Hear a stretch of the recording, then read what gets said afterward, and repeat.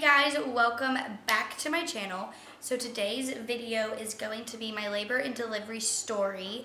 I just uploaded my 3-week postpartum and 3-week baby update. And you also get to meet baby Foster in that video and just learn about how we've been doing the past 3 weeks at home with a new baby and being postpartum from a C-section. So definitely go check that out. I'll link it down below so you can meet the baby and all of that. But this video is going to mainly be about how he came to be and my surgery and postpartum in the hospital and all that good stuff. And I really want to film it right now. I've waited too long, to be honest, because things are becoming fuzzy and I know my memory is going to lose the really good details that I want to tell you guys. So I'm definitely got to film this today and get this out to you guys so you guys can know how it all came to be, because it definitely didn't turn out how I expected. So I'm just going to jump right into the beginning of the story. And yeah, I hope you guys enjoy. So if you've been following along with my pregnancy updates, especially at the end, you would know that I scheduled a C-section for Monday, November 12th. And this was going to be my second scheduled C-section. I'm not exactly sure what medical terminology you would call my issue, or like why I have scheduled C-sections. Basically, my doctors have felt that it would not be safe for me to deliver vaginally, and they really didn't want to even put me into labor or have the risk of me going into labor. And they just don't think it would be safe or possible. I'm sure it would be possible, I just don't think it would be that safe. And I think they would end up having to do an emergency C-section, which everyone wants to avoid, mainly just to do with how narrow my pelvis is, and they just don't think it would be safe for the baby to be born that way. So my first pregnancy, I had a scheduled C-section and it went perfectly. So this time my doctor decided to go the same route. I scheduled it for Monday, November 12th. And I was right on track for that. I was checked at 36 weeks and was not dilated. And then I was checked again at 38 weeks and 7 days, the day before I turned 39 weeks, or 6 days, you never know. And I was dilated a centimeter. No big deal. My contractions had slowed down a ton by 39 weeks. And I was feeling actually better than I was like at 35, 36 weeks. So my doctor and I both thought I was like right on track. I could wait a whole week. I would be 39 weeks and 5 days when I delivered for my scheduled C-section. So, you know, we definitely thought I could make it 6 days. And I was feeling good and confident and preparing. And I was under so much anticipation that week. Oh my gosh, like the anticipation of knowing what day and time you're going to go into the hospital and your entire life is going to change. You're going to welcome a new life into the world is like insane. Yeah, so if you guys have ever been like induced or had a scheduled C-section, you know how just like the anticipation of like the exact day, just counting down the hours is like so surreal. And that's what I was going through the last week.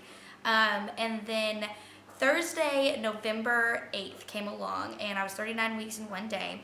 And I woke up that morning, and this is going to be TMI, so if you don't want to know, please just click out of the video, because the whole video is going to be really TMI, to be honest. So it doesn't stop here. Just click out now, because I'm going to just tell you guys exactly how it was. But Thursday morning I woke up and my underwear was like wet almost. It wasn't discharged, and it wasn't so wet that I thought my water had broken or that I had peed myself or anything. It was just wet in a different way, and I was like, weird, gross. So I took a shower, didn't think anything of it. I really didn't have any contractions that day or anything. And then the next morning, Friday morning, November 9th, I woke up and the same thing was in my it was just a little bit wet. And I was like, that is so strange. And I just kept going, doing my morning routine, getting my son Grayson ready for school. And I was in just underwear and like a big t-shirt in the kitchen making lunch. And I just felt like a trickle of water kind of go down my leg. And I was like, am I peeing myself? And I like looked, and it was just like the smallest little drop of water. And it was like very weird. I went and like wiped my leg, took a shower, got dried off, I didn't take him to school. Sorry, I did not. And then I just started like walking around the house, getting everything ready. And I felt it again on both sides of my legs. And I was like, what? So I called my mom and I was like, Mom, like, I think that like I'm peeing myself, or I have like a very watery discharge. I mean, it was not like discharge, to be honest. I did not think it was, but I was like, this is very weird. And my mom was like, oh my gosh, like you need to call your doctor. And this was like at 6 a.m. So I was like, they're not open yet. And she was like, no, like call the doctor on call. I guarantee you've lost your water. And I was like, no, Mom, like, no, I have not lost my water. Like, it has not broke. It is just maybe like some really watery discharge. My doctor told me that I would have a lot of discharge, the last weeks, but this was different. But I was just like convinced it was not my water. And my mom was like, yes, Kate, like, please call. So then I called my grandmother, and she said the same exact thing. She used to be a labor and delivery nurse, and she was like, Kate, yes, it's your water. Like, you just know it. Call. So I called the on-call doctor, and they had me come straight into labor and delivery to get checked out, make sure it wasn't amniotic fluid, just make sure that everything was cool. And mind you, this is 2 days before my C-section. It was Friday. I was going to have my C-section Monday. So I was like, oh no, okay. So I dropped Grayson off at school and drove all the way to the hospital. And as I'm driving to the hospital, I told Andy he needed to meet me there. And I started feeling some contractions. And I hadn't felt contractions in a few days, and these were actually painful. And so I started to like freak out a little bit, and I started realizing like, this is not discharge. I know what discharge is. I've had it my entire pregnancy, and this is nothing similar. And now I'm having contractions, and I know I did not pee myself. There's no way. So I was starting to freak out a little bit, and by the time we got to labor and delivery, I was almost convinced like that was definitely my water and it was leaking. And so we went in and they triaged me and put me in a bed and had me like pee in a cup and all this stuff. Well, then they come in, the doctor at the labor and delivery emergency type of room came in and said she was going to check me. And she checked me and I was still a fingertip dilated. And then she said she was going to swab me, and then they were going to test it and make sure it wasn't amniotic fluid. And she said if she did not think it was amniotic fluid, she just had no inkling that it would be. I was not dilated at all. And so she was like very sure of it. So she was like, and then you can just be on your way. We just need to make sure. Well, like 30 minutes go by, and I was there in a hospital gown, and I was just telling Andy, like, pray that it is, because I really just want to have this baby at this point. Like, I was not really prepared. I didn't have any of my bags. Grayson was at school, and no plans for someone to get him. All of this, everyone was at work, and I just really was scared to have him, but I was like, I just want to do it today. Like, I don't want to come back in 2 days and do the same thing over again. So we were like praying, like for real, like eyes closed, praying that we could just have this baby today. And then the doctor came back in and said, actually, it did test positive for my amniotic fluid. And she was so shocked, so was I, even though like I really knew it was. But I just couldn't believe that my water had actually broken. And I really feel like it broke the day before, and I just didn't even realize it. And it was still just leaking out slowly the day after. So she was like, so yeah. And she was like, I'm going to have your doctor come up here and speak to you. And I was like, so do you think that I could have this baby today? And she was like, oh yeah. She was like, you'll be having him in about 2 hours. And I was like so shocked. I literally was like hyperventilating. I don't know why, like it wasn't that dramatic, but it was for me because I just couldn't believe that like it was only like 8 a.m. and I was just having this baby like out of nowhere, just wasn't prepared mentally at all. And I guess whenever you don't have a scheduled induction or scheduled C-section, your mind is just like ready for a surprise, but mine so was not. I was ready for like a schedule. Like I knew I would be there at this certain time. Grayson had plans, my family had plans, and then this happened. It was so crazy, but we were so very excited. And my doctor came up and was like, everything's so fine, you're okay, but we're just gonna do this. Oh, that scared me to death. It's my washer. But we're just going to be doing this a little bit earlier than we thought, like 2 days. So it's all going to be fine. And she was like, I'm going to go finish up with some patients, and then I'll be here just rub in and we'll have the baby. And I was like, oh my gosh. And then everything just happened so fast after that.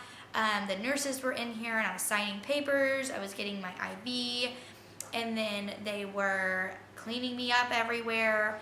And then the anesthesiologist came in and he gave me my epidural or my spinal block or whatever you want to call it. And it went way better. If you guys watched my last pregnancy update, I told you that was like the worst symptom was my anxiety about the epidural I was gonna get. And I definitely want to remember for my next pregnancy, if I have another pregnancy, that the epidural is not that bad. And I made it up in my head. The first time it wasn't that bad. The second time it wasn't that bad. And it went fine. It didn't hurt. And yes, it's creepy and it is not natural feeling, and it does kind of make me like weak in the knees to think about. It is not painful and it was okay. And I got through it just fine. The worst part was the anxiety I got when I laid back and everything kind of slowly got warm and numb. That was pretty, just like, I don't know, it gave me a lot of anxiety, but the epidural itself is not bad at all. And later I appreciated it greatly. And it ended up working way faster than I ever thought. Like within minutes, I was pretty numb and warm. And then they had Andy go to a different room and change. And by this time, like all of our family had rushed there. So I knew everyone was going to be there and I was so excited. And I got wheeled away and I started getting like super anxious about it. I was just like, someone tell me everything that's going on. Like I'm so nervous.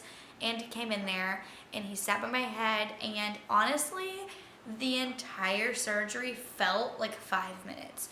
And I don't even think it was like 30 minutes. I mean, it was not long at all from start to finish, but it felt like 5 minutes. I mean, everything happened so fast. It all went really well. This surgery, I was a little bit more anxious. I really asked them not to push any like sedation on me.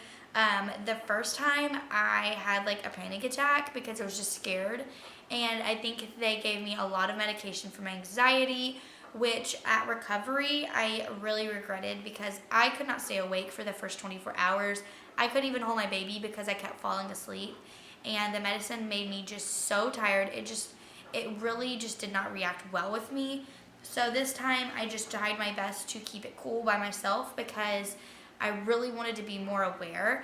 If I started getting like panicky or anything, trust me, I would have taken the medication. I'm not one of those people that are like, no, I can do this even I can't. But I was doing my best to be strong and like keep it together, even though like surgery like that just gives me so much anxiety. But if you're about to have a C-section for your first time or anything like that, just know it's not that bad. It really isn't. The stories people tell and how dramatic it seems, it's not like that. It really, really isn't. It's really not bad at all. If you had great doctors like I did and great nurses and a great nurse anesthetist, she sat right by me the whole time and kept me cool. I did get a little bit of pain during my C-section. Apparently they were touching on like a nerve or something that like shot up my left back, or like the back of whatever. I don't know. It kind of just hurt like a nerve, and I just was like, ow, ow, ow, ow, ow. My nurse anesthetist just upped the pain medication I was getting, and within a few seconds it was gone and I was back to normal. Everything was fine. I didn't feel anything, a tiny bit of pressure. I can't even remember feeling that. I can just remember them saying like, hey, a little bit of pressure. I don't remember it. It wasn't bad at all. So it was over in like 5 minutes, and he was born at 11:53, and he weighed 7 pounds and 3 ounces, and it was 20.5 inches long, which you guys know all that if you watched my update. But yeah, it was beautiful. I got to do chest to chest with him while they finished up surgery.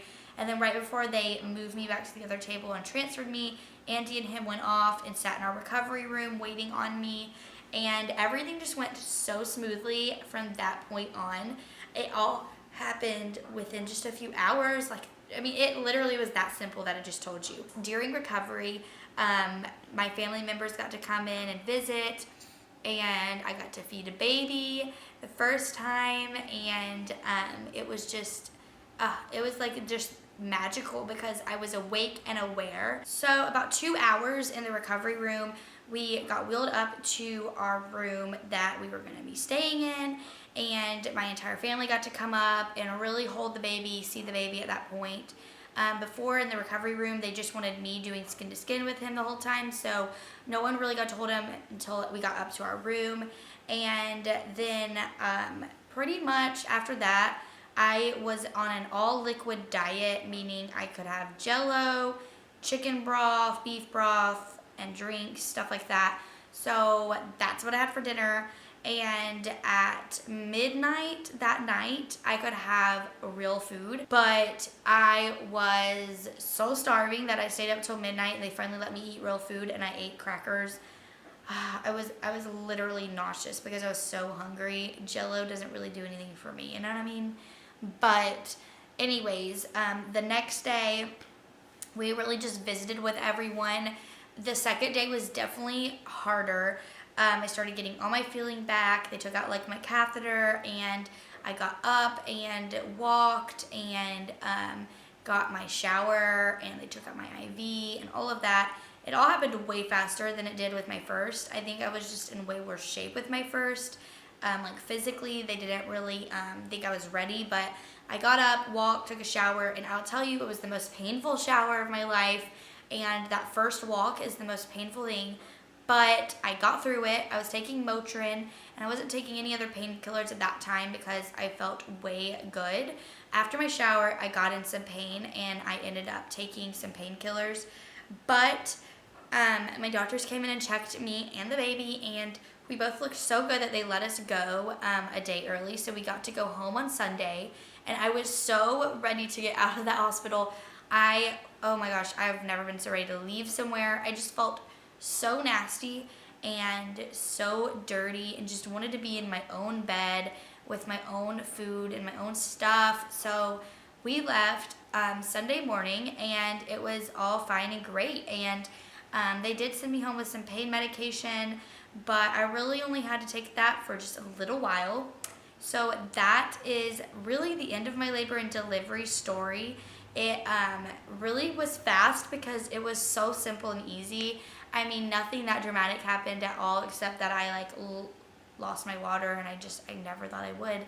But yeah, so that is all for this video. I hope you guys liked it. Sorry it was short. Don't forget to check out my update that I just posted, and stay tuned for all the other videos to come. I plan to film so many this week because I feel so much better. I can't wait to get back on here and share our lives with you. So don't forget to hit subscribe, and don't forget to give this video a thumbs up and comment down below and all the good stuff. And I will see you guys in my next video. Bye.